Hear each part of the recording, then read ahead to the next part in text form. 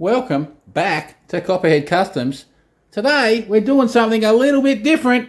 Today we're going to have a look at one of our new auction cars and we'll see if we can win it at auction. Sounds of interest? Stick around and we'll see if we can pull it off.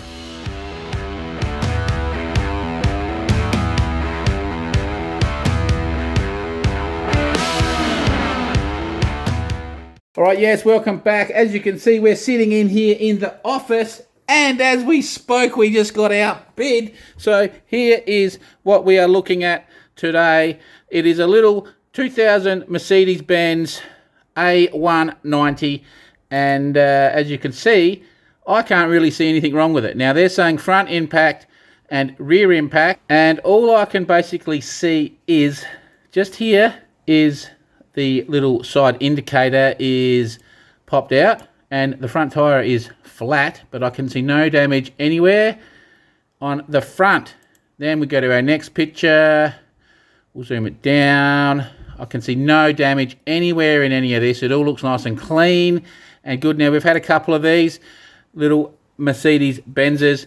They are not a bad car. The one we've had a couple in their clutchless manuals, some of them, and they are one to avoid. So this is the little CVT automatic. Now, I do not like CVT transmissions personally, but what I'm thinking of doing is having this as either our cheap runaround car while it's on the market. Now, here's something to look for. So it says rear damage. I can see nothing in the back at all. This number plate here, KRG. So that there, I don't know if it's the original number plate with the car or it's been... So what I'm getting at is this means this car has been registered with this number plate for a long time. At least 2005, I would say, that number plate was put on that car, which alludes it to being maybe not one owner, but minimal owners. So there's a couple of little scratches just here on this quarter panel down the bottom there. Tyres look okay. Everything looks good. There's no clear coat fade, which is something we've got to look for in Queensland. That along here, along the tailgate, that's just reflections from what I can tell. We'll zoom it up. As far as I can tell, this line here and this line up here are just reflections. So this is what we've got to go through over here in Australia on buying them. We're not allowed to go to view them anymore. We've got to go off of these pictures. And as you can see, they are quality pictures. Now, this front tyre is a bit flat as well. As you can see, I can't really see much wrong with this car, full stop. There could be a little scratch there. That could be a scratch down the bottom of that bumper, but it may just be a reflection. There's our VIN number. Here's something, the key itself. Doesn't look like it has the buttons. It just looks like the blade. So that's something we may have to look into. The interior. Now, here's something else that I noticed. The interior is running sheepskins, which is generally alludes to it being owned by an older person. And as you can see, they've got the Mercedes emblem on them, which alludes again to it being owned by an older person. So that tells me that it's probably been pretty well looked after. So that's what we're going to try to win. There's the pictures of it. We'll click back out of there. We just got outbid. It's actually on sale. So over here, we will click on and we will change our bid. We'll go up a little bit more. We're now winning. As you can see, we are the highest bidder. So with all of that, when it gets closer, it's still got 13 minutes to go. As we get a bit closer, I will come back on and we will see how we go now. How dear are we going to go? We'll go a couple $100 more. I don't want to pay a real lot for it. You've also got to add your fees in. So down here's your fees. So the purchase price is greater or equal to $500. So it's $122 there. And an admin fee of $77. So we're looking at $199 in fees to be added on to this price. So we've got to remember about that. Now, I don't really want to go over $1,000 all in. I don't really think we need much to fix it. There could be some suspension damage, maybe. I don't really know. We're taking, like I said, it's always auction is gambling, buying at auction. So it is being sold by the insurer. If we come down here, seller type, insurer, kilometres unknown, so there's another risk. We don't know how high the kilometres are, but looking at the condition of the car, I would say, and the fact that it was owned by, I believe, someone older, I believe that this won't be ridiculous Ks.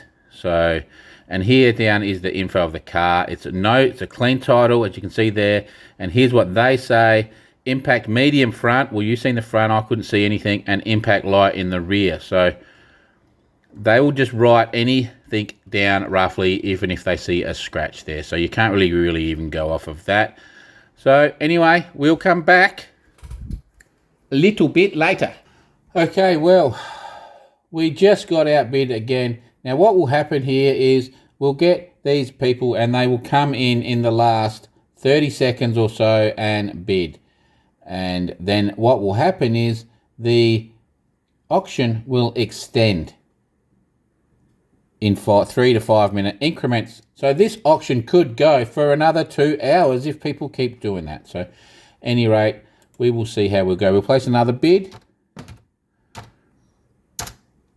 and we will see how we go. So I'll just leave you on and we'll cut out. We didn't get it there. We've got to go higher. I think we're going to get this, to tell you the truth. I think it's going to go too high for what I want to spend. We're winning now. We'll see what happens. I may take it to 725.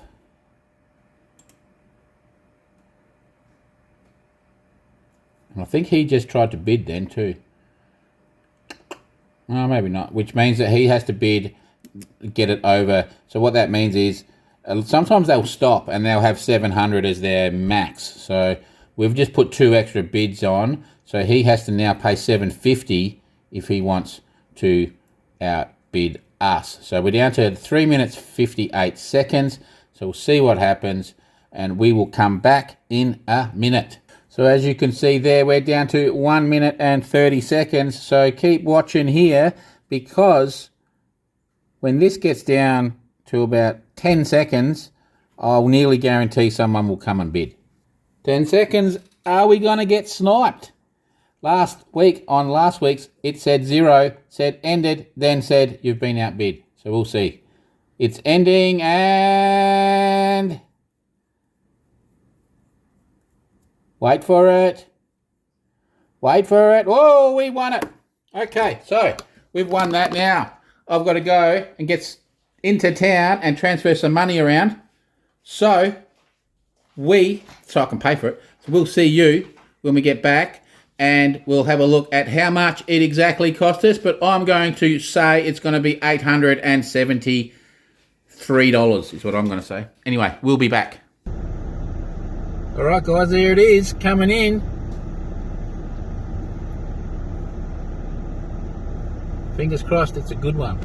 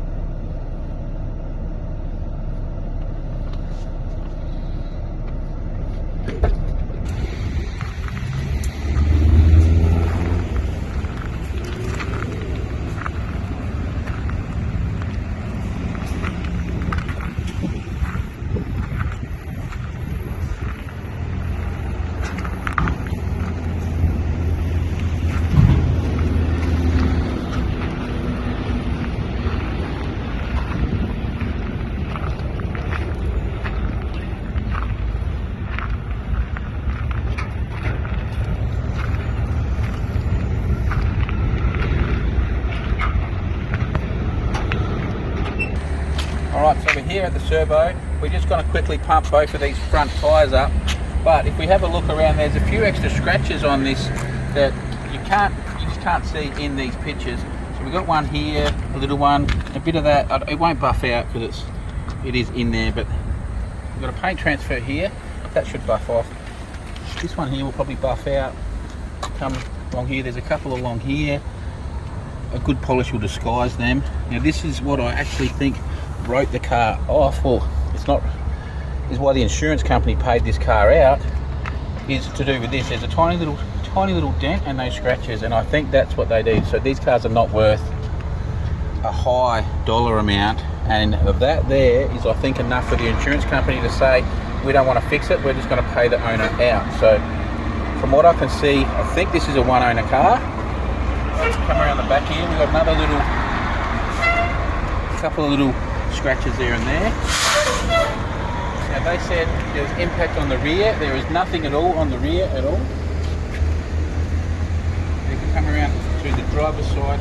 We've got some random little scratches. A couple of decent ones here, which, like I said, none of this is shown in the pictures. And we've got two nasty ones here. The rest of this, another one here. Some of these will buff out, like I've said, some won't. Again, we've got a flat tyre here, which is what we're going to quickly just pump up now. So this is the painful thing about buying off of pictures only, is they don't show this sort of stuff. Now I've had the key in, I found the key, and we've turned the ignition on, and it's 111,000 kilometres. So how good is that? So plan is we'll pick up some touch-up paint on the way home, and we'll touch up some of these scratches. We'll wash it, we'll detail it, and I think it'll basically be ready to put on the market.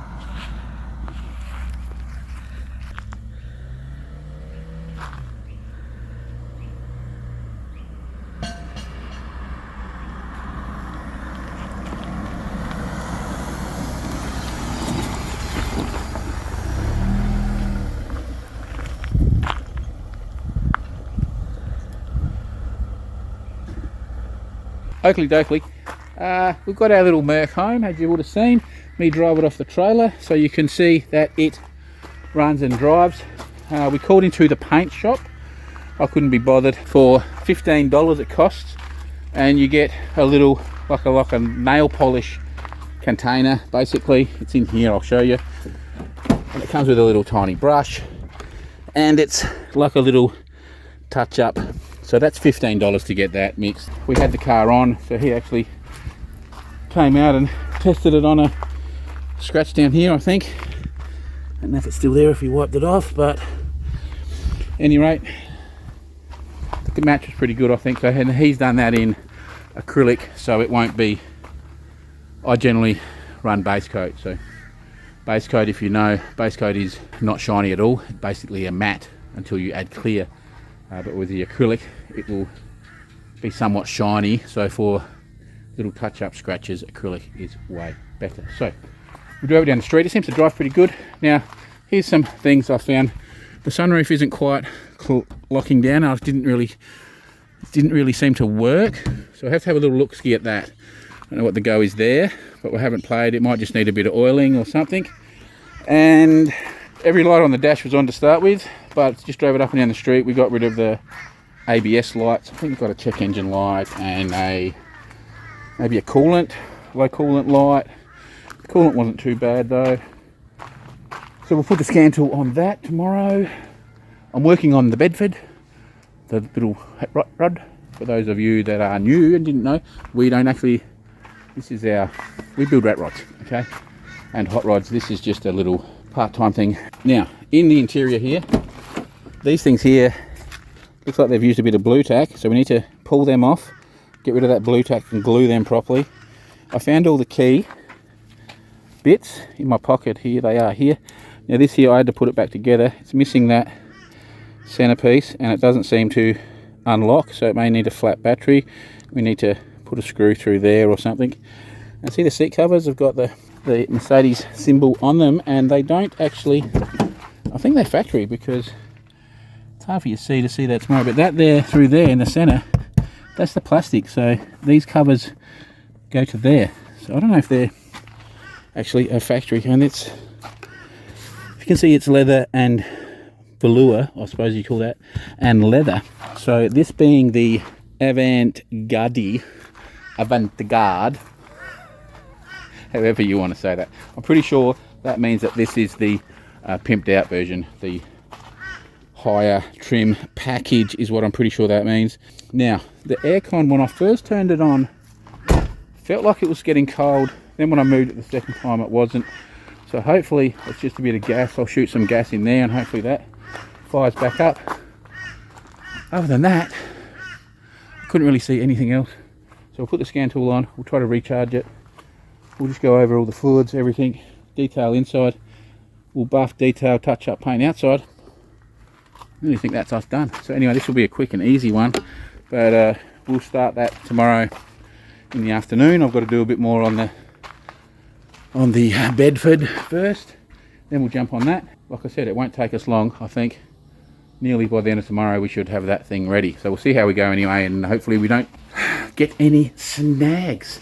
So for those of you that are new, if you're looking behind my shoulders, this is what we do, okay? Oakley dokley, so here we are. We're down at the shed. We've got the little beast down here. It's running, as you can see, and we've got our little aircon gas hooked up. Actually think we're close to empty on that one. Might be a little bit in there, just give it a shake.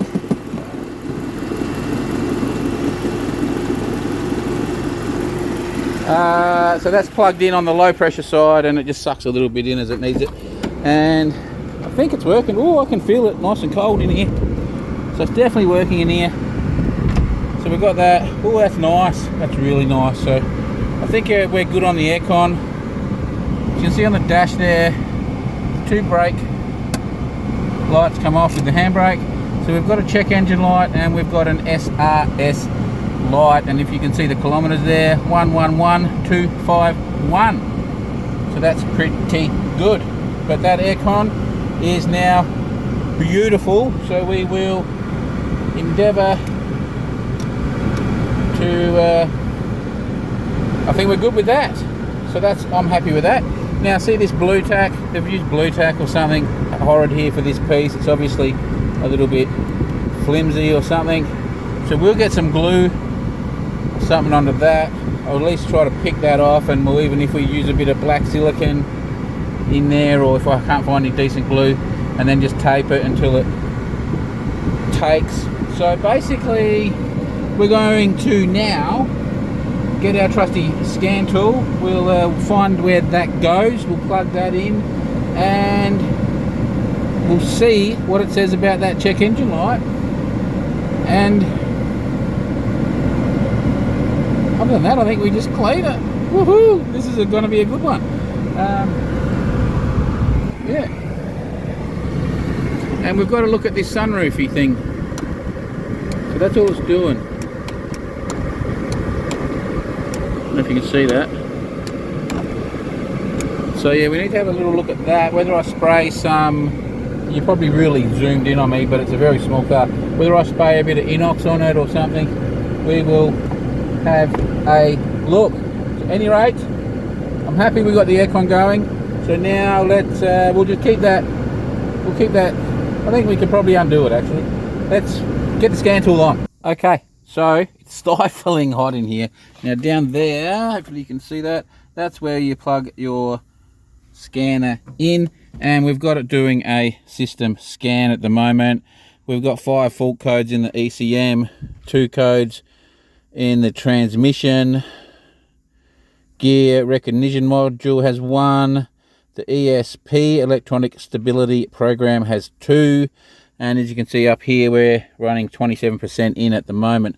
So I'll come back once it's done its health report, and we'll have a look at what it says the faults are. We'll quickly clear them and see which ones come back. Okay, so this is what it says. It has engine control module has 5.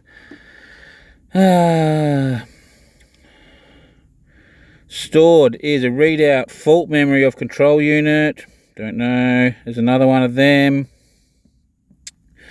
Stored, they're the same fault code. CAN bus, fault in the CAN. Stored. Misfiring on similar cylinder 3. Stored. Misfiring of cylinder 3. Stored. Well, we may have a misfire in it. We may need a coil or a plug. Internal fault control. The fault can be ignored, current and stored. Stop lamp switch signal. These are all stored. Touch function control, stored. Brake light switch. Steering angle, SRS 5. We've got here control module. Side bag ignition. Short to positive, short to positive, short to ground, short to ground. It could be a flat battery has caused a few of these, I reckon. Alright, let's clear them down here. Clear them all. And we'll see what comes back. So it says here completed, see, and they're not coming back. But what you'd have to do generally is start it and turn it back off and on a few times and see what comes back on. So they're all disappearing. Switch off the ignition. Done. Okay. It's now clearing the fault memory. Wait 10 seconds.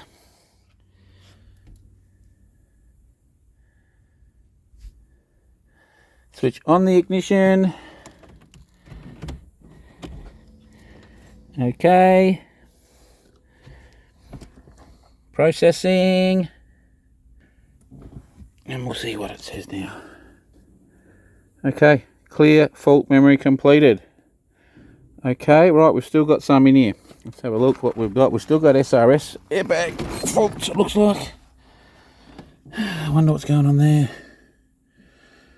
We've got a transmission fault and we've got the SRS fault still in it. Everything else seems good. Okay, so we cannot get rid of the SRS light. We've got rid of the check engine light at this stage. I do actually think it is running a touch rough. So if we get that check engine light back on, we may investigate cylinder number 3. That's what it said, a misfire on 3. So it may need a plug or a new coil on number 3, I've got a feeling. So it may be worth going and grabbing one from the wreckers. Now, we're going to have to do some more. I don't think I'm getting very good internet coverage out here, so we're going to do some more investigation on this airbag. But what it's saying is the side bag, it says, which I'd say is probably the one in the door, on the front left and the front right, it's bringing up 4 codes, 2 for the front left, 2 for the front right. One is ground to positive or something, short to positive, one's short to ground on each side. So I'll do some research on what that could be. I'm not really sure on that one, to tell you the truth, of what that could actually be. It could just be a break in the wire or a, yeah, so whatever. We'll have a look at that and see what we come up with. Other than that, I think we're pretty good. I think we got the aircon working, so I think it's clean, detail, polish, touch up paint. That's nearly us. So with that being said, let's start doing some detailing.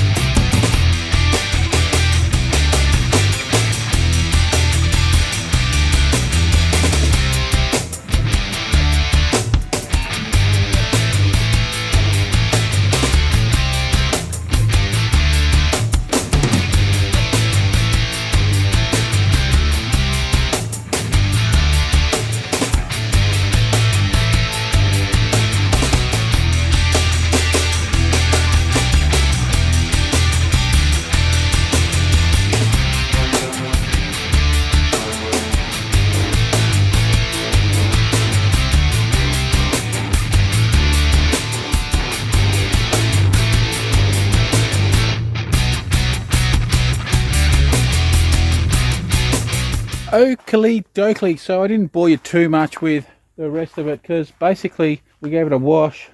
I went around with the touch-up brush, the touch-up paint, and touched up all the little chips and scratches, and there was quite a few of them. I don't know if you can see up there, but there's lots of little scratches and stuff everywhere. And then we basically gave the inside a wipe over and a vacuum, and that's basically all that this car needs. Now, we still have the SRS light on, which is the safety restraint system, which, when my brain started thinking, is seat belts. Now, I did go, this seat here doesn't even have any wires going to it. The other seat does. I did pull it apart and give it a clean with some electrical contact cleaner, and it's still on, but I haven't tried to clear it since, so I don't know if that's going to work.